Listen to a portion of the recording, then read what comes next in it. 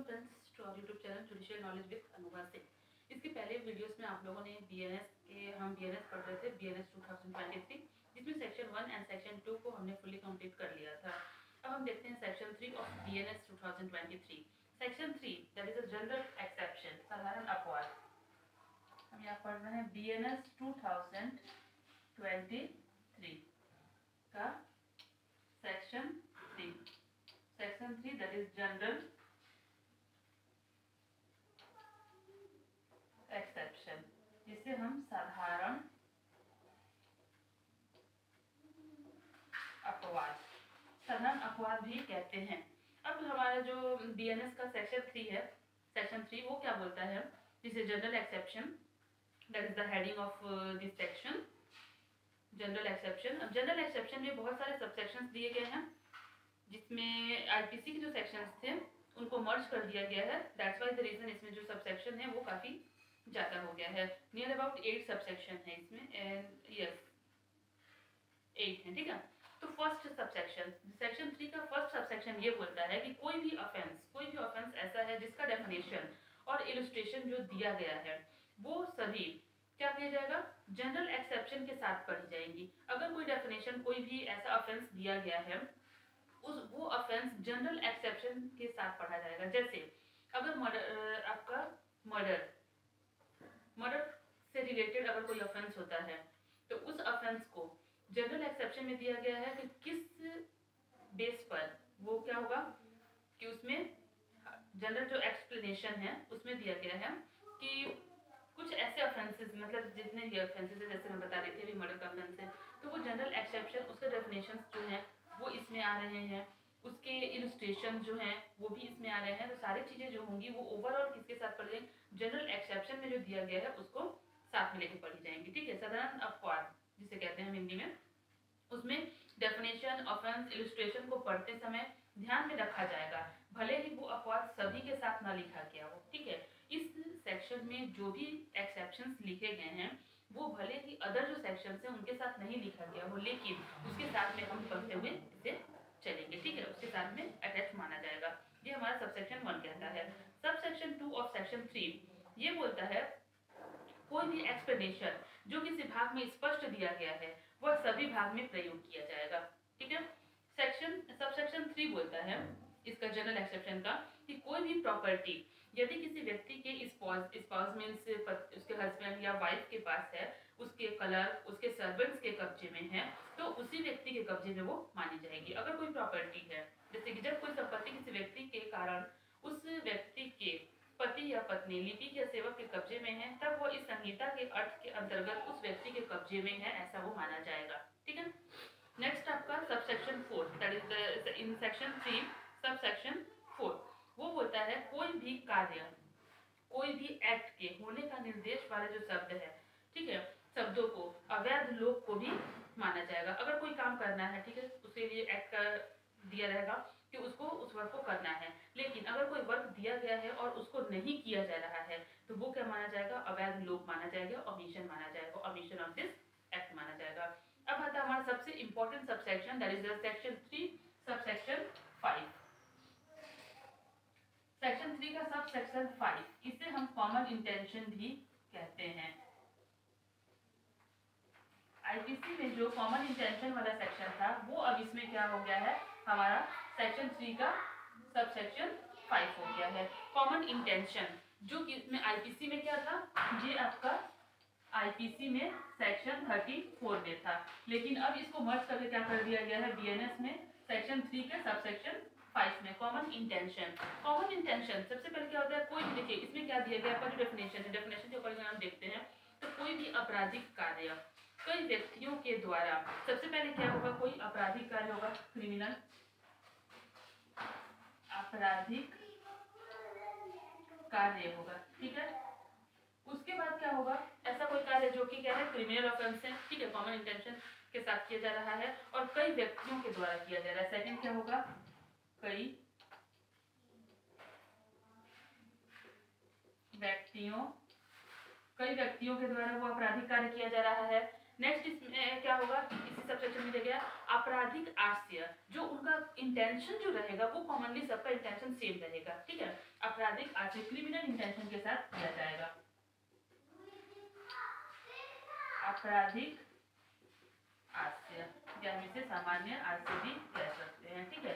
Common intention रहेगा, सबके intention same रहेंगे और उसी इंटेंशन के साथ कई व्यक्ति मिलकर क्या करेंगे, इस आपराधिक कार्य को, क्रिमिनल ऑफेंस को कंडक्ट करेंगे। तो वो हमारा सेक्शन 3 का सबसेक्शन 5 बताता है। कोई भी आपराधिक कार्य जो कई व्यक्तियों के द्वारा किया जाएगा और सबके इंटेंशन जो क्या रहेंगे वो सेम रहेंगे, क्रिमिनल इंटेंशन रहेंगे। तो ऐसा कोई कर किया जाता है तो वो क्या करेंगे, उसमें जितने भी जो व्यक्ति हैं, जितने भी जो लोगों के साथ मिलकर के किया जा रहा है, वो सारे व्यक्ति इक्वल लायबल होंगे उस कार्य को करने के लिए, ठीक है। अकेले उस ऑफेंस को, जैसे कि उसने पर्टिकुलरली अकेले उस ऑफेंस को किया है, उस तरह से वो लायबल होंगे। जैसे थेफ्ट के लिए अगर 3-4 नॉट थेफ्ट में तो अगर 2 या 3 लोग हो तो फिर वो दूसरा हो जाता है। अगर 3 या 4 लोग मिलकर किडनैपिंग कर रहे हैं तो उसमें जो पर्टिकुलर पर पर्सन है वो क्या होंगे, इक्वल लायबल होंगे। किस चीज के लिए, उस क्रिमिनल ऑफेंस के लिए इक्वल लायबल होंगे, ठीक है। ये हमारा बोलता है सेक्शन 3 का सबसेक्शन 5। इससे रिलेटेड कुछ केसेस हैं जिसको हम देख लेते हैं। First case that is the महबूब शाह विरुद्ध एम्परर, ठीक है। फर्स्ट केस लॉ देख लेते हैं सेक्शन 3 का सबसेक्शन 5 के साथ। महबूब शाह विरुद्ध एम्परर, महबूब शाह वर्सेस एम्परर। इस केस में क्या कहा गया था, महबूब शाह वर्सेस एम्परर में कहा गया था कॉमन इंटेंशन को साबित करने के लिए पहले से ही क्या होता है, कॉमन इंटेंशन जो है उसको साबित करने के लिए पहले से ही तय किया गया रहता है। प्रियर मीटिंग जो होता है, प्रायर मीटिंग ऑफ माइंड होता है, प्री अरेंज प्लान होता है, ठीक है। सडनली आप कोई ऑफेंस कर जा रहे हैं, कई लोग मिलकर ऑफेंस कर रहे हैं तो सडनली कॉमन इंटेंशन नहीं आता है। कॉमन इंटेंशन वो क्या कहते हैं, प्री प्लान होता है, प्री अरेंज्ड होता है और पहले से जो कॉमन इंटेंशन होता है उनका एक रहता है। On this based of common intention वो क्या करते हैं, किसी भी क्रिमिनल एक्ट को कंडक्ट करते हैं, ठीक है, जो कि ऑफेंस रहता है। सेकंड आपका इसमें केस आ जाएगा वीरेंद्र कुमार घोष विरुद्ध emperor. Virendra Kumar Ghosh versus emperor. Virendra Kumar Ghosh versus emperor में कहा गया था, इसमें जो आपके जो जज थे, ठीक है, जज साहब जो थे वो क्या कौन थे, लॉर्ड समर। इसमें लॉर्ड समर ये जज साहब से कभी आपके एग्जाम्स में पूछे जाते हैं कि वीरेंद्र कुमार घोष वर्सेस एम्परर में जज साहब का नाम क्या था, तो लॉर्ड समर था, ठीक है। इसमें कहा गया था कि कोई भी, देखिए क्या होता है, इसमें कहा गया था they also save who stand and wait, जो सिर्फ खड़े होकर अपराध को होते देख रहा है वो भी इक्वल लायबल होगा उस अपराध को करने वालों की तरह, जो कर रहे हैं उनके जो इंटेंशन है, कॉमन इंटेंशन के लिए वो इक्वल लायबल होगा अगर वो खड़े होकर उस अपराध को होते हुए देख रहा है तो, ठीक है। नेक्स्ट था आपका केस ऋषिदेव पांडे वर्सेस उत्तर प्रदेश राज्य। Next Rishidev Pandey versus state of UP. इसमें कहा गया था, ये भी कॉमन इंटेंशन से रिलेटेड केस था। इसमें कहा गया था कॉमन इंटेंशन जो है वो अपराध स्थल पर भी डेवलप हो सकता है। सडनली अगर 4 लोग मिलकर कोई अपराध करने जा रहे हैं तो वहां पर भी कॉमन इंटेंशन, सबके इंटेंशन एक साथ डेवलप हो सकते हैं on the spot of that crime place पे भी कॉमन इंटेंशन डेवलप हो सकता है। नेक्स्ट आपका केस था पांडुरंग वर्सेस हैदराबाद राज्य, जिसमें कहा गया था कि कॉमन इंटेंशन जो है वो सिमिलर इंटेंशन के बीच डिफरेंस बताया गया था इस केस में। किसमें, पांडुरंग वर्सेस हैदराबाद राज्य में। हैदराबाद राज्य जो था, स्टेट ऑफ हैदराबाद, उसमें केस में बताया गया था कि कॉमन इंटेंशन और सिमिलर इंटेंशन जो होते हैं उसमें क्या डिफरेंस है। एक और केस था आपका Mahesh versus MP state of MP, Mahesh versus state of MP. इसमें कहा गया था सेक्शन 3(5) जो है, सेक्शन 3 सबसेक्शन 5 वो क्या है, जॉइंट लायबिलिटी है, ठीक है, लायबिलिटी है, जॉइंट लायबिलिटी है। जितने भी ऑफेंस करने के जो लोग वहां पर इकट्ठा हुए हैं, जितने भी एक्यूज्ड हैं, को एक्यूज्ड हैं, वो सब इक्वल लायबल हैं और जॉइंट लायबिलिटी बनती है सबकी। सो सेक्शन 3 सबसेक्शन 5 हो गया। सेक्शन 3 का सब सेक्शन 6 ये हमें ये बताता है कि अगर कोई भी ऑफेंस है, जब कोई कार्य जो आपराधिक ज्ञान या आस्य जो होता है आपका क्रिमिनल नॉलेज और क्रिमिनल इंटेंशन से किया गया हो, तो कई व्यक्तियों द्वारा किए जाने पर भी प्रत्येक व्यक्ति जो होगा वो क्रिमिनल नॉलेज में होगा, उसका क्रिमिनल इंटेंशन होगा और वो इक्वल उसके लिए लाइबल होगा। नेक्स्ट आपका सबसेक्शन 7 ये बताता है कि अगर कोई कार्य, कोई एक्ट या कोई लो ओमिशन, किसी एक्ट का ओमिशन वो अपराध है। कब अपराध है?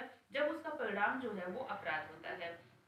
तो उस परिणाम मतलब अगर परिणाम जो है उसका अपराध होता है और उस परिणाम के लिए आंशिक कार्य या आंशिक लोप अगर हो रहा है पार्टली बाई एक्ट और पार्टली बाई ओमिशन द्वारा अगर किया जा रहा है, तो भी वो क्या कहलाएगा? अपराध की कैटेगरी में ही आएगा। सेक्शन 3 सबसेक्शन 8 ये बोलता है जब कोई अपराध कई कार्यों से मिलकर होता है, तो कोई कार्य अकेले या किसी अन्य व्यक्ति के साथ मिलकर साथ से सहयोग द्वारा कार्य करता है, तो वह साथ से सहयोग मतलब जिनका जो इंटेंशनली जो कर रहे हैं, करने वाले व्यक्ति द्वारा किया गया अपराध माना जाएगा। सबसेक्शन 9 ये हमारा बताता है जहां कई व्यक्ति किसी क्रिमिनल एक्ट को कर रहे हैं और संबद्ध है, तो वह सभी उस कार्य के आधार पर डिफरेंट ऑफेंस के लिए लाइबल हो सकते हैं। जैसे अगर 4 लोग मिलकर जा रहे हैं किसी भी एक्ट को करने के लिए, यहाँ चोरी करने गए 4 लोग मिलकर, इसमें चोरी करने जाए वहां पर जाकर जाके इसका मर्डर भी कर दिए, तो जिसने मर्डर किया वो मर्डर के लिए लाइबल हो जाएगा। बाकी 3 जो क्रिमिनल मतलब इंटेंशन तो सबके सेम थे, उसमें 3 जो थेफ्ट करने के लिए गए थे, जिसने थेफ्ट किया इसमें से पता चला एक बाहर ही रह गया, बाकी 2 लोग गए, इसका मेन टाइम पर क्या हुआ, इसका इंटेंशन चेंज हो गया। तो जो लोग जिस ऑफेंस को कर रहे हैं वो उससे ऑफेंस के लिए क्या होंगे? इक्वली लाइबल भी हो सकते हैं।